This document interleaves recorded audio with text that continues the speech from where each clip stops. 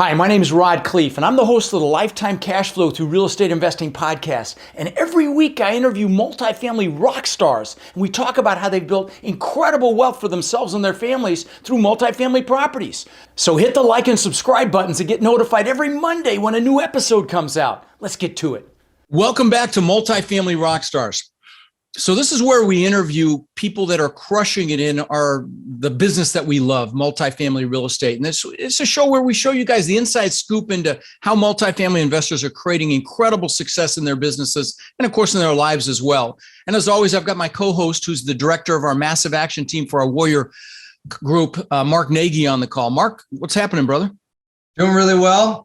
Excited for this one because it's another cool story of just seeing a successful guy in our Facebook group here for the Warriors. Shot him a message, and here he is to tell his story. But I'll let you and him take over for that. Yeah, no, I love it. So we've got William Edwards on the show. William's a friend and a Warrior, and he's from Carolina. He's been around business and for 33 years. I'm going to let him tell you his story. But he's a GP in several deals. He's a LP in thousands of units, and I'll just leave it at that. Welcome to the show, brother. Hey, man. Glad for you to have me. I'm glad to be here. Thank you. Absolutely. So why don't we start, as we always do, with just having us tell a little bit about your background. I was really enjoyed reading your bio, and you've done a lot. And so let's start there, buddy. Yeah, absolutely. Yeah, so the story kind of really starts around 2015 with regard to multifamily. So I had a business with a business partner for 24 years. We sold ERP and CRM software systems. And before that, I came through the banking. I was in bank operations. I worked for a software development company that wrote software for banks. And then my business partner and I ended up forming this business. We sold ERP and CRM software. We sold that in 2015. And my only prior real estate experience prior to that was we had built our own office building and then triple net leased it back to ourselves, which worked out well. And then when we sold the business, we actually continued to lease that building for a couple more years to a new tenant. And that worked out well, and eventually sold it. And it was a great investment, great tax benefits. And then I had a single family residence that at one point I was buying another single family or my personal primary residence. I did a cash out refi and rented out the single family and used the proceeds to invest in my next property, my next primary residence. But anyway, long story short, leading up to that time frame, I had the business, we sold it and started thinking about what I was going to do next. It wasn't enough to retire on by any means. But I knew, I'm long enough in the tooth. You can probably tell no hair. And if I had hair, it'd be gray. I can see my headlights are bright enough that I can see the runway for my retirement, right? And what is that going to look like? And how far out is that going to be? What kind of lifestyle is that going to be? Although I'm not ready for it yet, I need to prepare. And I had some, and it made an impression on me. I had some more, I won't call them senior, but more mature friends back in the 2008 era during that financial crisis that were retired and had investments in equities. And more than one told me that they had lost half of their life savings during that period of time, and they didn't know how long it was going to take for it to come back or if it would come back. And I remembered that, and I started thinking about, well, it seems like about every 10 years there's something, right? So I'm also old enough to remember Black Monday and 87. Y2K was about 10 years later, and 2008 happened, and then nobody could have predicted, of course, COVID-19 in 2020. 2019 or 2020, or the fact that Russia just got attacked by Ukraine today, either, right? Touche, exactly. Yeah, exactly. And Please continue. Have downstream impact from that too, right? Right. Yeah. So I started thinking, am I going to end up hitting retirement about the time where there's a down cycle and I'm going to have to live during a down cycle, or am I going to get into retirement and hit a down cycle? Regardless, I was trying to find something and plan to be able to protect what I had. And to be able to go forward, right? So, in my requirements, and everybody has different needs, right? In different stages of life. I can tell you that during, my 30s and 40s, I had multiple investment accounts and financial advisors, and of course, they all want to know what's your risk tolerance. And at that age, I'm not risk averse. Let's go, man. If there's something that looks like it can pay off, let's go for it. I'm in a different frame of mind today. I'm a different stage of life now than I was. Yeah. So I'm looking to protect what I have, right, and to make sure it's cost advantage. So I wanted something that was real. Cash flow is important, right? I want something that's going to cash flow. Of course, tax advantaged. Appreciation would be great, and an inflation hedge if I could get it, right. And so I started looking and reading and watching, reading books. I'm watching podcasts. I'm watching YouTube. And I really didn't have a community of people that I could work with and talk to about this. I have a pretty good friend now that's a commercial broker, but we didn't have conversations like this during that period of time. This was all really self-study and, what do I need to do to prepare myself and my family? So anyway, it was really a self-education period of time. And my wife jokes that, she lost me for about 6 months. I mean, I was buying books and reading, and after the kids were down or we were through with dinner, I'm returning to another room and I'm reading or I'm watching videos and podcasts. So I'm really trying to get boned up on what's going on. So I considered a number of different, I decided that real estate was going to check my boxes. And in what manner? I thought about single family. I thought about office. I thought about retail, doing a triple net lease with, from Walgreens or something like that. Office scared me because, I don't care if you got leases for businesses or not. Most businesses don't survive that long. And when there's turnover, the new tenant you're going to need to lease it. And then a new tenant's going to need you to reconfigure the space. And that was just a headache I wasn't prepared for. Single family, I got really close to starting to buy off on some single family and I did not do it. I just, before I bought them, I was starting to have buyer's remorse. I was starting to think about what the lifestyle was going to be. And I felt like I was going to end up buying a job. And I backed away from that. Yeah. It took me 2,000 houses to get that memo, William. Please continue. So, at a very high level, looked at self-storage, not very deep. I looked at multifamily and, all of those check some of the boxes that I had, right? And everybody has different boxes for where they are and where they want to go. But for me, all those checked some of the boxes. The only one that checked all the boxes for me was multifamily. So that's really where I started to focus. And, I made and it was hard, right? I made a decision that, you talk about massive action in your program. Right. And it took it was kind of gut wrenching at a time, but, luckily my wife and I were on the same page. We felt the same way. We wanted to prepare the same way. So we started looking at where can we pull funds from, right? We've got savings accounts. We've got brokerage accounts. We've got, some cash value sitting in a life policy that we didn't need anymore. What can we do? So we pulled what we could together and figured out what we could do. And another thing that we did around that same time frame was we started consolidating what I call my sock drawer of qualified retirement accounts, right? So as we all do, you'll start a Roth and you contribute to it for a while, or you start an IRA, or you'll have an abandoned IRA from a previous employer. So she had several, I had several. We consolidated those into solo 401ks, right? And which are ideal for investing as a limited partner. There's some restrictions on what you can do with a solo 401k. You can't self-deal. You can't invest in your own deals. You can't control the asset. But it's perfect for investing as a limited partner. When I say LP, this industry, just like all industries, we throw around a lot of acronyms. And I'll try to stop and catch myself. But if we talk LP, we're talking limited partner. So I started investing as a limited partner in 2018. And today I'm at a little over 5,000 units as a limited partner. I'm in 9 different syndications in one fund across 6 different syndicators. So as you can tell, I'm in multiple deals with some syndicators, and a lot of that depends on just when timing hits and when timing's right. Have the investments thrown off enough cash, either through distributions or through a cash event, cash out refi, or a full cycle like the property sells. There are periods of time where I'm not liquid at all and I can't do anything. And there's some syndicators I'd love to do a deal with. But when I'm liquid, they don't have a deal, or when they have a deal, I'm not liquid. It just hasn't worked out. But I continue to stay in touch and monitor and follow and sit in on their deals just to stay, informed of what's going on. But that's from a limited partner perspective. I'm still working. I went to work as a W-2 project manager in the same space that I was in for a couple of companies. And so I'm still doing that. I've still got the salary. My wife's still in a salaried W-2 position. And we feel I thought you retired in September. I did in September 2021. Oh, 21. Okay, at this time, I'm sorry. You're doing a chronological timeline. Sorry, I interrupted. Please continue. No problem. Sorry. Yeah. So, so I'm walking into, I've got the W-2 jobs, and, how long am I going to work W-2? And I still need something in a personal portfolio. So I ended up buying in February of 19 a 37 unit, and it was my first investment, my first property.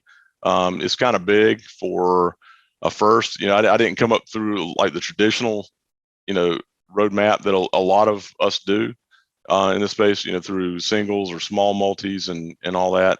And that was a big bite. In fact, it was bigger than what I had intended to do, to be quite honest. I was really looking for something in that 15 to 20, thinking that's all I could handle. This opportunity came around, and it was a stretch. It was a stretch goal, and 37 units, right? Correct. Yeah. Where was it? That one's actually in Fayetteville, North Carolina. Nice. So it's a military community. Mm-hmm. The community's grown a lot, but it's the home base of Fort Bragg, which is the largest military base actually in the world, not just in the U.S. It's by size, it's the largest in the world. But you know what? During COVID, we did great. We had about 30% military occupancy, direct military occupancy, and there's some sporting industries, but of course it's a diversified community too. It's a big community, so there's a lot going on there. But anyway, so I bought that in February. I went to your program, and I was already familiar with you through your books and through the podcast and through the YouTube videos. Joined the Warrior program at that event. I joined it on the spot in May of 2019 in Denver. This was Denver, right? That was Denver. Yeah. Yep. That's a emotional event for me, because my mom was there. They brought my brothers brought her in the wheelchair. She was in the front row. Before I came out, I was literally behind the curtain crying like a freaking 3-year-old, because my mom's the reason I got into real estate, and I had to pull myself together to come out, and real angry with my audiovisual guy because we lost that footage, and I just, I can never get that back. Yeah. So in fact, you know what I should do? I should ask some of the Warriors that were there to see if they've got any footage with their phones. Cause now that I'm sitting here talking to you, I'm thinking I should do that, but anyway, that was a special event for me. Very special event. Yeah. I remember that. You were kind of on the verge, man. You're on the edge. Yeah. And my brothers were there. If you saw their faces, which was on the camera, they were all crying. It was a really cool event. But anyway, please continue. And real quick, while we're on that, before you jump to the next thing, William, obviously you had over 5,000 doors passively. You just bought a 37 unit, on your own. What was your mindset then of why join the Warrior program to begin with? Seemingly it seemed like you were doing pretty well for yourself. Well, yeah, to be honest, so I'd bought that on my own, and I was tapped. I'd had all my kind of chips in at that point. I wasn't able to do anything else, and I knew I was going to have to partner with other people to take down additional deals. I just couldn't do it. And I knew what I knew and what I learned, but I didn't know it all, and you never do. But it was apparent during the event that there's still a lot to learn, and of course, Rod's repository of in his library of information and the access to other individuals, the coaches, the other Warriors that are in the program, and just people that come that aren't in the Warrior program. Right, we all learn from each other. In fact, I get it throughout my entire business career. I've gotten more value when I go to conferences and business events out of the networking aspect of it than I ever do from the guy standing with a microphone on stage. I just do. Oh, thanks, man. No, I'm kidding. Yeah, no, I completely agree, which is why, I will tell you what's cool about my live events and my in-person events like that is I'll go out in the hallway and there'll be as many people out there as there are in the room listening to me drone on and on. So, it's a really a cool thing to see for me. I get goosebumps when I see all these little groups of people networking. We facilitate that at my events as well. But all right, please continue. So you came to May of 2019 to Denver. You joined our program. Please bring us to current. Yeah. So, Mark, to answer, to kind of re-answer your question for you, right? It's networking, and I knew I needed relationships to be able to do some additional deals. And I felt like the Warrior program was going to afford me that opportunity. And I had several people that I had talked to that were Warriors at that point in time to say, you may never have to go outside of the Warrior group to find partners if this works out. So, and that's in fact been the case. Mm-hmm. But anyway, I joined the program in May of 19, and so fast forward, I operated the property, that property, for 30 months. Got to the point where I started getting some unsolicited offers. It was a buy and hold. We intended to hold it for a while, right? And we all know what's going on in the market space right now, and started getting unsolicited offers that were just, I had to listen. I had to consider them, But now, to be fair, I admit that I'm the beneficiary of a lot of what's going on in the market. But we did some things right? So we bought it in 2019. We appealed the property tax valuation. We got a huge cut off on that, about 40% actually. It was significant. Wow. And that's typically one of your largest expenses, guys. So that's a big deal. Okay, please continue. Yeah. I refied the property in 2020, shaved 2 points off of the interest rate on that deal. We improved some operational efficiency. Now to frame it, I wasn't self-managing it, and I'm about 2.5 hours away from that property. I had third-party professional management running it. Now at 37, it's not on site, it's off site, but the group was a good group, and somebody could help me execute on the plan. Yeah, let me interject right there for 1 second. I want to just hammer something home. So guys, when you have a property that has 70 units or more, very often you can have on-site management on your payroll, a manager / leasing agent, a full-time maintenance person. But a property that's 37 units, typically it's going to be off-site. They'll have somebody there that's gets a free unit or something for eyes on the property. But you're going to rely on the management company for a lot of the work. Very often, it can be leasing, it can be maintenance. And so it's just a completely different animal than a larger property where you have your own payrolled people. So anyway, please continue. Yeah. And the previous ownership group had, I don't know if they did this. It doesn't really matter. If they did it as they were preparing to sell the property, it was a 2012 vintage. It wasn't that old, right? So it was relatively new. The idea was that the intent was that it's not going to require a lot of maintenance. It's not going to require renos for a period of time. So, but we did find that we had some lower quality tenant issues. So they had, I'm using the word stuff to the property just to keep occupancy up and tenant base up. But they were doing things like zero security deposits or $99 security deposits, I think, just to get people in.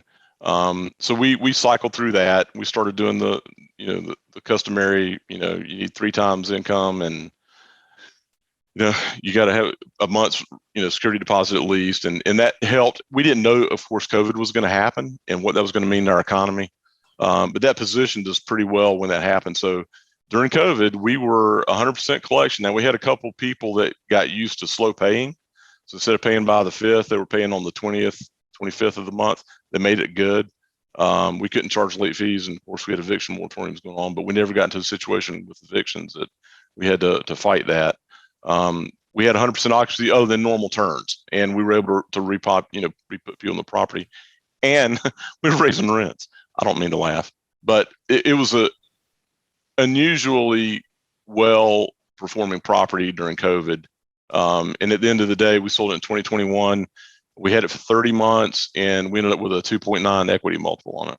Nice. Wow. Nice. So 3 times your money. That's better than a sharp stick in the eye. Love it. Yeah. And ironically, the day I closed, I'd already I gave notice at the W-2 position that I had. So the day that we closed was actually my last day at my W-2 position as well. So congratulations. I retired to work on real estate full time now. No, I love it. Let's talk about that. So to your point, and you said this before, Rod, and in my case, it was true. One good deal can change your life. It could be life changing. Yeah. And it was for me.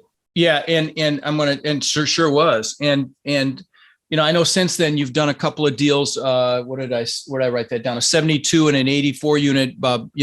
As a general partner with Warriors. Correct. Correct. Right. Yeah, which is fantastic. So no, I mean, love it. Yeah. So you're proceeds from that we rolled in. I was going to say you're now one of the many Warriors that have been able to leave their job. I don't know if you want to call it retirement or whatever you want to call it, but right. What was your mindset going into that? whether it be number of doors, passive income, age, maybe. I don't know. What was your mindset going into leaving your job and now doing real estate full time? I needed to be able to, and my wife is still working her W-2 position. I can show you my vision board, but on my vision board, I've got get my wife retired is next. It's one of my next goals. In addition to, she likes that. She loves that. She's asked me about it often. No, I love it. I love it. And guys, I hope you just heard what he said. He's got a freaking vision board. Okay. You start to hear a pattern in these interviews with my, with amazing successful warriors that we've got in our group. And they all know what they want. They know why they want it. And they have pictures of them around them to motivate them, to make them happen. So absolutely love that. Yeah, but if I can finish answering Mark's question, was like, what was my mindset and what did I need? I needed to replace plus my income. And I had to at least replace the income that I had through passive income. And by the way, those LP investments I'm doing through my solo Ks, that money's just continuing to stay in those solo Ks. I'm not pulling any of that out. So those investments are continuing to grow. What I'm able to retire on right now is the proceeds from the investment that I did in the 37 that I've since rolled into in the 72 and the 84, and then the cash flow that those are producing. And it's more than covering the W-2 income that I had. Fantastic. Proof you don't need 1,000 doors to reach your financial goals, right? You were able to do it by just acquiring some of those, I don't know, medium size, I guess what you call them. Yeah, absolutely. So in these latest deals that you've done with Warriors, what role have you played on the team? We talk about team and how there are different roles. There's this, find the deals, you underwrite the deals, you asset manage, you do investor relations. What pieces of that have you contributed to the team or teams plural? I don't know if it's one or two teams that you've done those last two deals with. Yeah, and so in both of those, I also brought a significant amount of the funds to it, right? Okay, so I'm a KP on the deal as well, in addition to GP.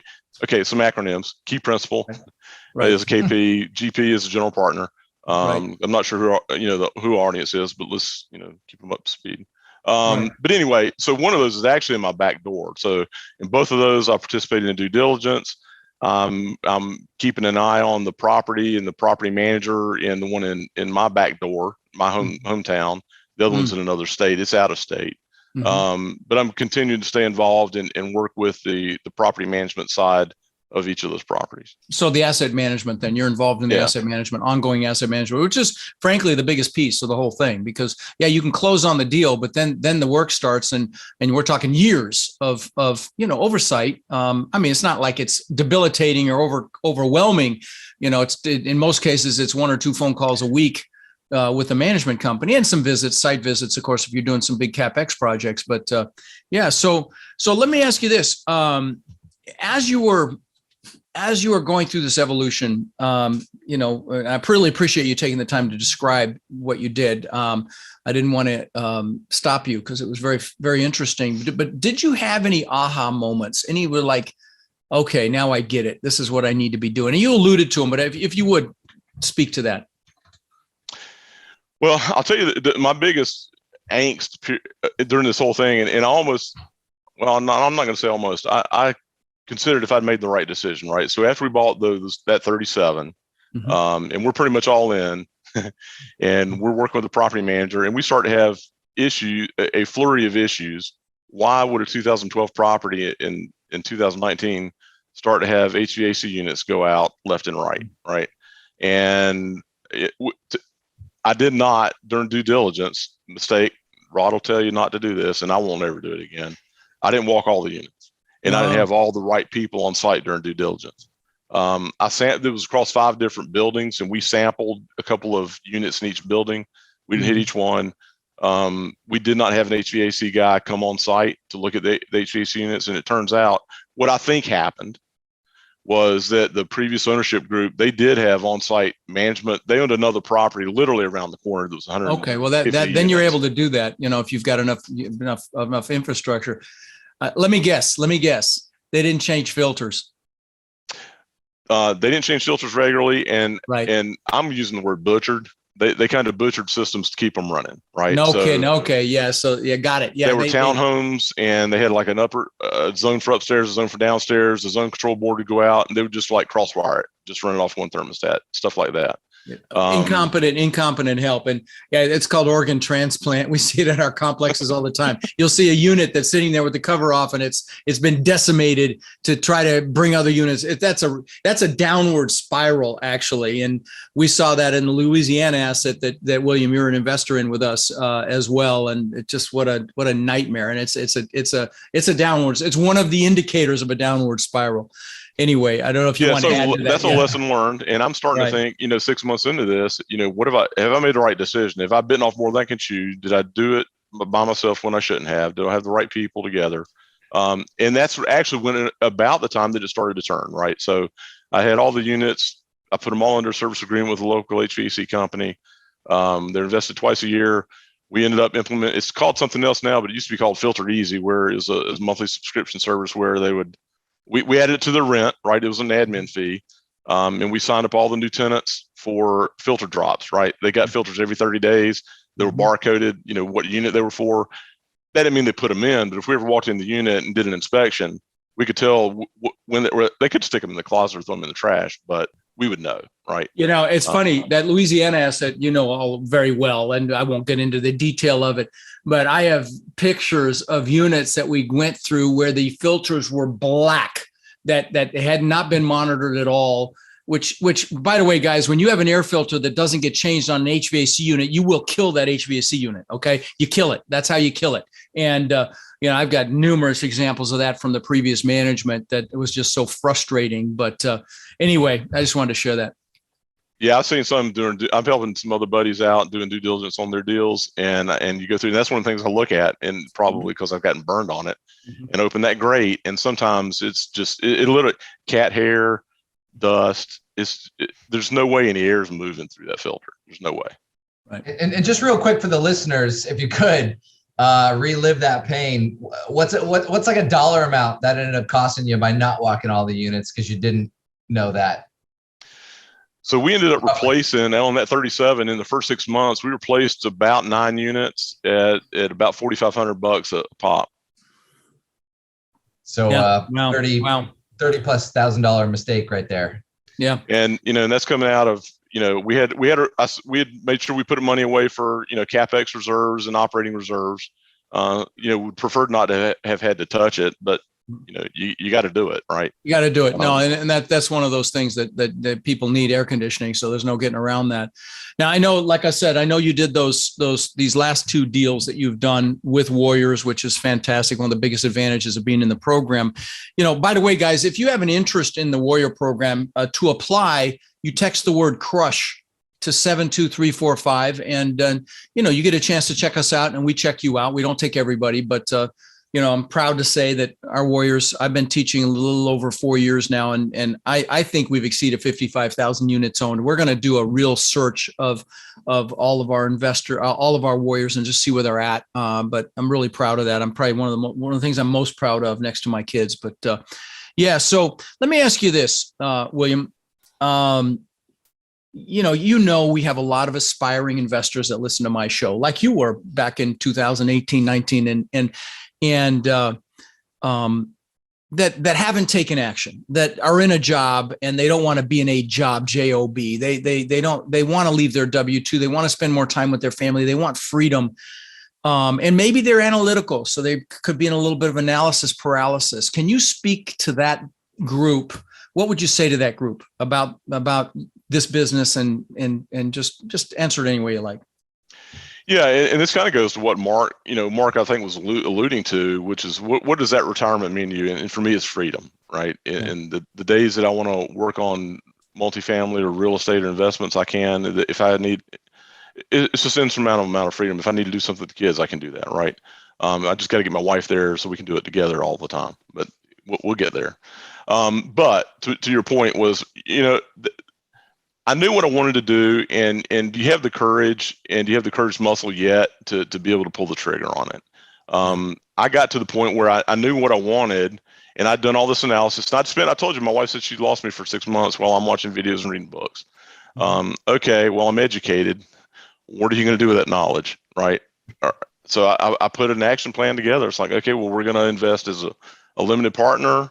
Let's pull the trigger. That was the easier decision until I really started having to fill out the forms for Wells Fargo and some of these guys to like, okay, let's move this account, and I'm going to get and telling the broker I'm going to invest in real estate instead of stock market, right? Yeah, because he makes no money on that. They make money on the stock market. Yeah, that's right. That's painful. Once I got through that was good. But then when it came time to buy this property, it was we had to do some soul searching, and you've used this from the stage too, and in personal conversations. And I'm probably going to butcher the quote, but it's along the lines of, success is on the other side of fear and comfort. Yeah. And got to get uncomfortable. You got to get out of your comfort zone, and so you know what you want. You want to get there. Put an action plan together, and then start executing on it. And some of those steps may be uncomfortable, but continue to push through. Love it. So last one from me then, William. What do you think your biggest quote unquote success has been? Whether it's the first deal, maybe it's the last deals that you've done as a Jeep. What do you think your biggest success has been looking back on all of it? Around multifamily, it would definitely be that first deal. Yeah. Having the courage to do that positioned me for everything else that I've been able to do.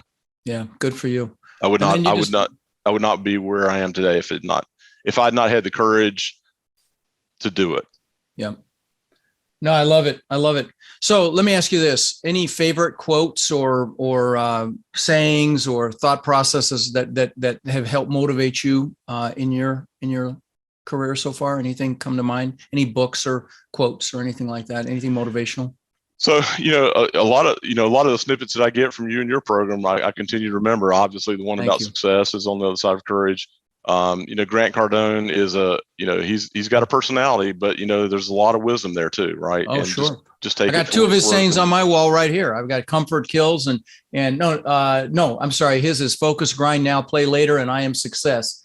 Or maybe comfort kills too. I'm not sure. I think that one too, actually. Yeah. But for me, a couple of books I'll just mention that were influential to me, right? And we're all at different stages of life, and I was looking for certain specific things. And so a couple of books were influential for me during that period of time, right? And I read a lot, but there's a book, Tax-Free Wealth. That was Wheelwright. Wheelwright. Yeah. I had him talk to my mastermind. Okay. Yeah. Good one. That helped frame how this can work and help protect your assets, right? Of course, the proverbial rich dad, poor dad that's on everybody's list. Right. ABCs of real estate investing, I think, Ken McElroy. Yeah, Kenny does a real nice job. He and I were on a panel together a few months ago about an upcoming looming crash, possibly. We won't go. And then about lifetime cash flow. There's this book, How to Create Lifetime Cash Flow through Multifamily Properties. Ron Cleef's book. Yeah, real deadbeat, but the book's not bad. Yeah, no, awesome. Well, listen, brother, I appreciate you coming on the show. It's great to see you and catch up a little bit. I don't know if you're going to make the Warrior event coming up April 1st and 2nd, but if you are, be there in Sarasota. Fantastic. It's going to be a lot of fun. Anyway, I appreciate you coming on, brother, and look forward to shaking your hand at the event. Thanks, Mark. I'll see you later, bud. Thanks, Mark. Thanks, Rod. Rod, I know a lot of our listeners are wanting to take their multifamily investing business to the next level. Now, I know you've been hard at work helping our Warrior students do just that using our ACT methodology, which is awareness, close, and transform. Can you explain to the listeners how they can get our help? You bet. Guys, we've been going nonstop for 3 years, building an amazing community of like-minded people. And our coaching students, which we call our Warriors, have had extraordinary results. They've purchased thousands and thousands of units. And last year, we did over 1,000 units with our students. And we're looking to grow this group and take it to the next level. We're looking for people who want to follow a proven framework that's really step by step and then leverage our systems and network to raise equity, to find and close deals, and to build partnerships nationwide. Now, our Warrior community is finding success in any market cycle. So if you're interested in finding out more about how you can become more of our incredible network and take advantage of the incredible opportunities that are coming very soon, apply to work with us at mentorwithrod.com or text CRUSH to 72345 and we'll set up a call so you can check us out and we can check you out. That's mentorwithrod.com or text CRUSH to 72345.